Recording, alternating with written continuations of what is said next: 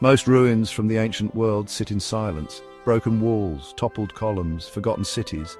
But a rare few, they're still alive. Structures built over 1,000 years ago that continue to serve the very same purpose they were designed for. From temples and universities to aqueducts and bustling market, let's explore ancient wonders that refuse to retire. Built in 537 CE by Emperor Justinian I, Hagia Sophia has been many things: a cathedral, a mosque, even a museum. But today, almost 1,500 years later, it's still filled with daily prayers, chants and footsteps echoing under its giant dome. That dome, 31 meters across, was the engineering marvel of its age, so influential that it shaped architecture across Europe and the Middle East. And yet, through wars, empires and earthquakes, it's still doing the very thing it was built for, bringing people together to worship. At nearly 2,000 years old, the Aqueduct of Segovia is a masterclass in Roman precision. Built around the year 100 CE, its 167 arches were crafted without a drop of mortar, just perfectly cut stones, stacked like a giant puzzle. For centuries, it carried water into the city. Even into the 20th century, it was still functioning, and if you channeled water into it today, it would flow just as it did under the Roman Empire. Imagine building something so precise that it outlives the very civilization that made it. Florence's Ponte Vecchio bridge, built in 1345, looks like a fairy tale painting. Houses and shops lining a medieval stone arch. Originally it was filled with butchers and fishmongers, but the stench drove the Medici family to replace them with goldsmiths and jewelers. And guess what? Nearly 700 years later, it's still lined with jewelers' shops buzzing with trade. It's the only bridge in Florence that survived World War II bombings, and today it continues the same role it was built for, connecting people through commerce.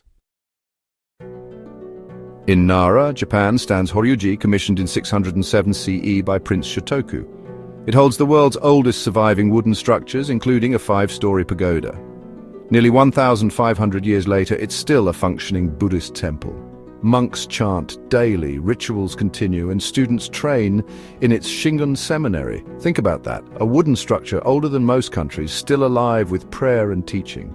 Not preserved as a relic, but lived in, used, and passed on. Commissioned by Shah Jahan, the same emperor who built the Taj Mahal, the Jama Masjid in Delhi has been in use since 1656. It can hold 25,000 worshippers in its courtyard, and every day its ablution tank is still used for ritual cleansing before prayers. For over 350 years, across Mughal decline, British colonial rule, Indian independence and modern urban life, it has remained exactly what it was built to be: a beating spiritual heart for the Muslim community in Old Delhi. Built by the Romans around 90 CE, Jerash's South Theatre still seats over 3,000 people. The acoustics are so precise that even a whisper on stage can be heard in the top row. Today, it hosts the Jerash festival, where modern music and plays echo across 2,000-year-old stone. Think about it, audiences sit where Romans once sat, watching performances in a theatre that has never stopped being a theatre.